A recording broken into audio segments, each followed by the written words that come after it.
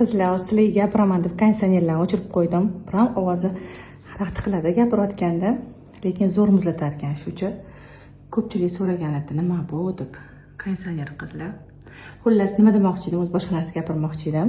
Issiq kunlarda kim pardani yudirishga joy qidirayotgan bo'lsa, anchadan beri yudirmoqchi bo'lib yurganlar bo'lsa, o'zim doim bitta odamga beraman.